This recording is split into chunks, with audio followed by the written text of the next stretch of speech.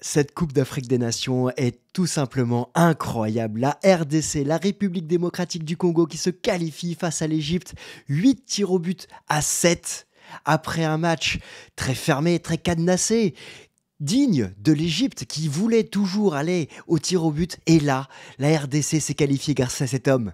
Cet homme, Mpassi, qui a marqué le tir au but décisif. Alors, il n'a pas été décisif pour arrêter les pénaltys, puisque les deux ratés ont été de Mostafa Mohamed qui a tiré à côté et de Gabalski.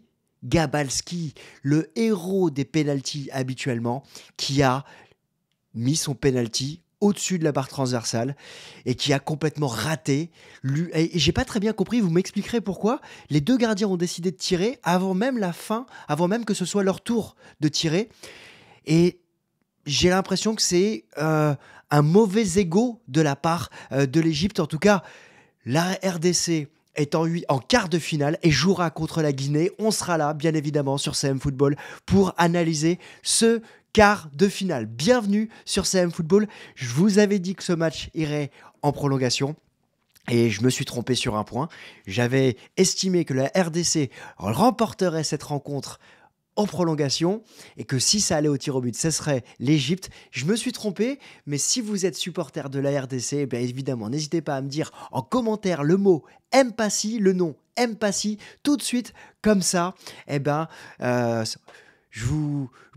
ça développera la vidéo. On va revenir à chaud sur cette rencontre. En tout cas, c'est un grand coup de cette RDC qui n'a pas été en quart de finale depuis 2015. D'ailleurs, en 2015, la RDC avait fait troisième de la Coupe d'Afrique, il me semble.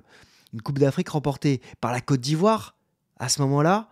Est-ce que c'est de bon augure pour la Côte d'Ivoire avant la rencontre face au Sénégal de demain soir? Une rencontre qu'on va suivre bien évidemment. Eh ben, on verra. En tout cas, cette équipe de la RDC, elle avait parfaitement ouvert le score après une très bonne optimisation du jeu. Pourquoi? Parce que sur cette touche qui a été revue, moi, à vitesse normale, j'ai pensé qu'il y avait touche pour l'Égypte. Et quand on revoit tous les ralentis, on remarque que le joueur congolais ne touche pas le ballon. Et donc, les Égyptiens sont 4 sur cette photo. Regardez, ils sont 4 à lever la main. Erreur d'inattention. Le Congo va jouer très vite et c'est Wissa qui va se retrouver sur le côté gauche, qui va centrer. Le ballon est détourné par Hegazi qui est un des bonhommes de cette rencontre. Hegazi qui va dévier ce ballon. Gabalski qui va être pris à contre-pied et c'est Elia qui va ouvrir le score. Alors, on reviendra tout à l'heure sur la séance de tir au but parce qu'elle est épique quand même. Mais là, on a la RDC, le Congo qui prend vraiment la bonne route pour aller se qualifier et qui met toutes ses chances de son côté. On le savait que c'était compliqué de mettre à mal cette défense de l'Égypte. Et puis pour la première fois de la compétition, la RDC a mené. Elle n'a pas mené longtemps. Parce que dans toutes les rencontres, l'Égypte est revenue au score. Et ça n'a pas manqué sur un penalty fort justement obtenu sur une faute d'Hegazi. Mostafa Mohamed a marqué et a égalisé sans se faire prier. Mais ce qui m'a surpris, c'est surtout son penalty lors de la séance de tir au but.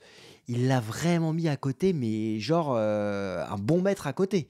Je vois pas comment il a pu rater ce geste technique, lui qui l'ait réussi très habilement. Habituellement, il l'a raté au plus mauvais des moments. En tout cas, cette rencontre ensuite, elle a été plutôt fermée par cette équipe d'Égypte qui a joué en bloc bas, en bloc regroupé, mais qui s'est procuré des situations et qui a cadré, à la différence du Congo. On va y revenir.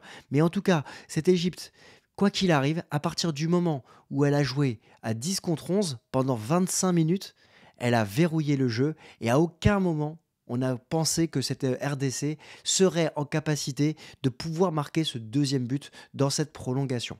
Alors oui, dans les limites, alors un des bonhommes de cette rencontre, c'est Hegazi qui a mis la pression à n'importe quel moment. On sent l'expérience. À chaque fois qu'il a dû parler à l'arbitre, il a vraiment mis cette pression pour mettre en difficulté l'arbitrage et pour mettre la pression aux adversaires aussi. On l'a vu récupérer le ballon, le poser sur le point de pénalty.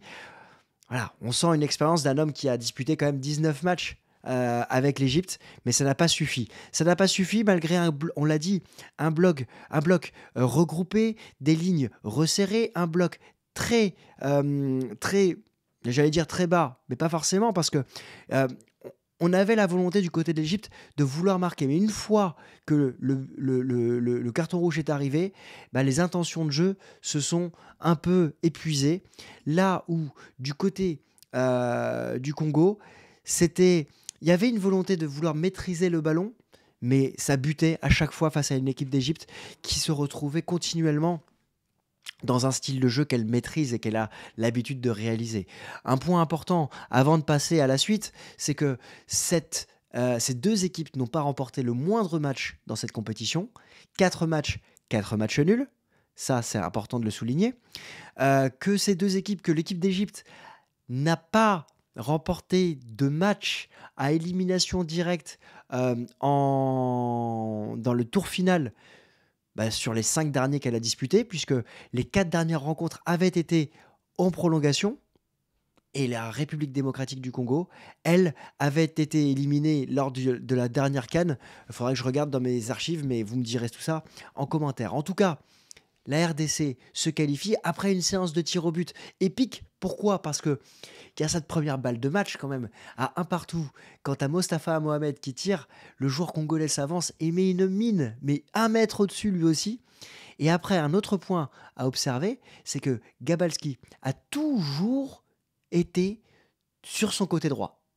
Là où lors de la CAN 2022, il avait été très aiguillé par son staff, avec, on se rappelle, tous les joueurs écrits pour savoir où il tirait, à droite ou à gauche, et il avait arrêté un nombre incalculable de pénaltys dans cette manière-là lors de la CAN 2022. C'est pour ça que, à mes yeux, l'Égypte était favorite dans les pénaltys, qui sont loin d'être une loterie, mais on a l'impression ici que Gabalski n'avait pas travaillé ses pénaltys. Il est toujours parti à droite, sauf une fois, la seule fois où le Congo a tiré sur sa droite, d'ailleurs. Donc il n'a vraiment pas été inspiré.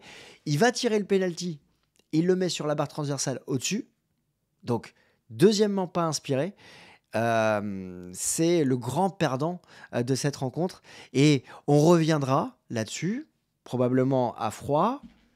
Mais le fait que Mohamed Salah quitte la sélection, je pense qu'il y a beaucoup de supporters égyptiens qui vont être très déçus de voir leur capitaine, leader, quitter le rassemblement pour retourner à Liverpool, soigner sa blessure et espérer être de retour en demi-finale. Vous me direz, si vous êtes supporter égyptien, ce que vous en pensez. Vous me direz si vous êtes supporter de football, parce que moi, je suis abasourdi par cette décision.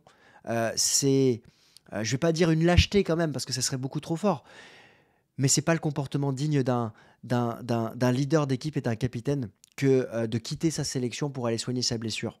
Je trouve ça, lors d'une compétition internationale, je trouve ça complètement déplacé de sa part. Un mot évidemment sur cette équipe du Congo. Moi, j'ai beaucoup aimé la performance d'Elia. J'ai aimé sa performance. J'ai trouvé qu'il était présent continuellement dans cette rencontre.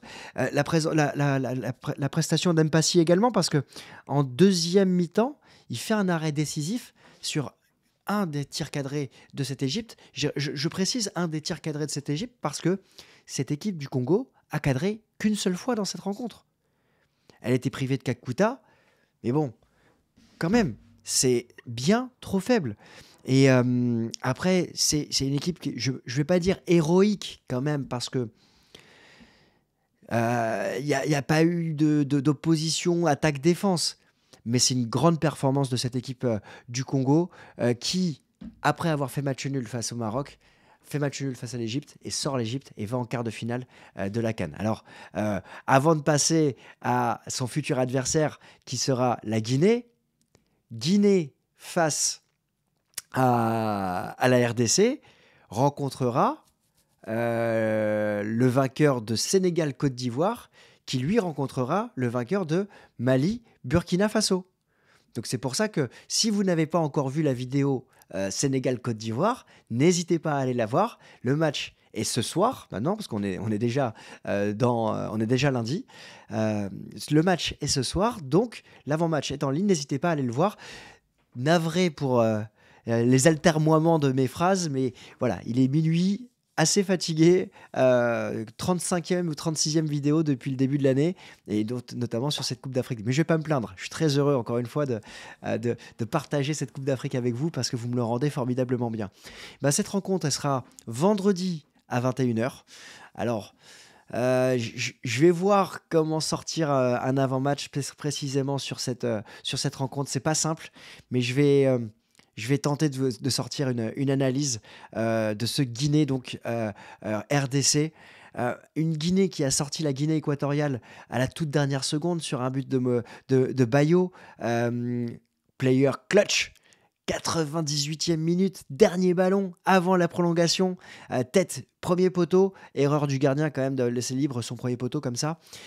Une Guinée qui l'a échappé belle, penalty manqué du côté de la Guinée équatoriale, et une rencontre qui a plutôt été dominée par la Guinée équatoriale. Maintenant, cette Guinée qui a remporté sa première rencontre à élimination directe depuis 1976, quand même, faut le sortir cette stat quand même, faut le sortir, faut la sortir cette stat. Si vous êtes encore présent et que vous avez vu cette stat, vous marquez 1976 parce que franchement, là ça vous montre que c'est travaillé quand même ce type de vidéo. Je suis content quand même de vous le partager ça. Je suis un peu en freestyle, mais c'est un peu normal en même temps. On est entre nous. Il est minuit 19. Voilà. Non, mais cette Guinée, il va falloir quand même la sortir parce que Serhou Guirassy est de retour. Bayo vient de marquer son deuxième but. Naby Keïta est quand même chaud au milieu de terrain. Voilà. Il y a une équipe qui est solide et qui avance avec maintenant, on va dire, un bon. Comment dire, ouais, des faits marquants. Tu fais match nul contre le Cameroun, bon, tu gagnes contre la Gambie, c'est normal. Tu tiens tête au Sénégal pendant une mi-temps et tu vas choper cette victoire à la dernière seconde. Attention, de l'autre côté, la RDC, elle n'a pas remporté un match. Donc ça va être un duel fort, un duel de costaud pour une place en demi-finale. Et elle affrontera donc soit le Sénégal ou la Côte d'Ivoire, soit le Mali, soit le Burkina Faso. Ça sera, quoi qu'il arrive, une très belle demi-finale que j'ai hâte d'analyser aussi. Donc, dites-moi en commentaire quel est votre avis sur cette rencontre. Si vous êtes égyptien, qu'avez-vous pensé du départ de Mohamed Salah depuis quelques jours? Si vous êtes congolais, quel est votre état d'esprit? Est-ce que vous pensez que la RDC peut remporter la CAN, même sans avoir remporté un match jusqu'à présent? Parcours atypique quand même, mais les âmes de Sébastien Desabre sont présents. Voilà. Donc, dites-moi tout ça en commentaire. Et puis, qui aimerez-vous affronter comme la rencontre a lieu ce soir, Sénégal ou Côte d'Ivoire? Qui serait le meilleur tirage pour vous? Dites-moi tout ça en commentaire. Nous, on se retrouve ce soir. Ce soir déjà. Non, on se retrouve ce matin, demain matin, enfin tout à l'heure. Parce qu'il y a l'avant-match Maroc-Afrique du Sud qui va sortir. Et on se retrouve ce soir pour le débrief de Sénégal-Côte d'Ivoire. Voilà, vous savez tout. Belle soirée à vous. Bravo à la RDC. Et puis, à tout à l'heure. Ciao.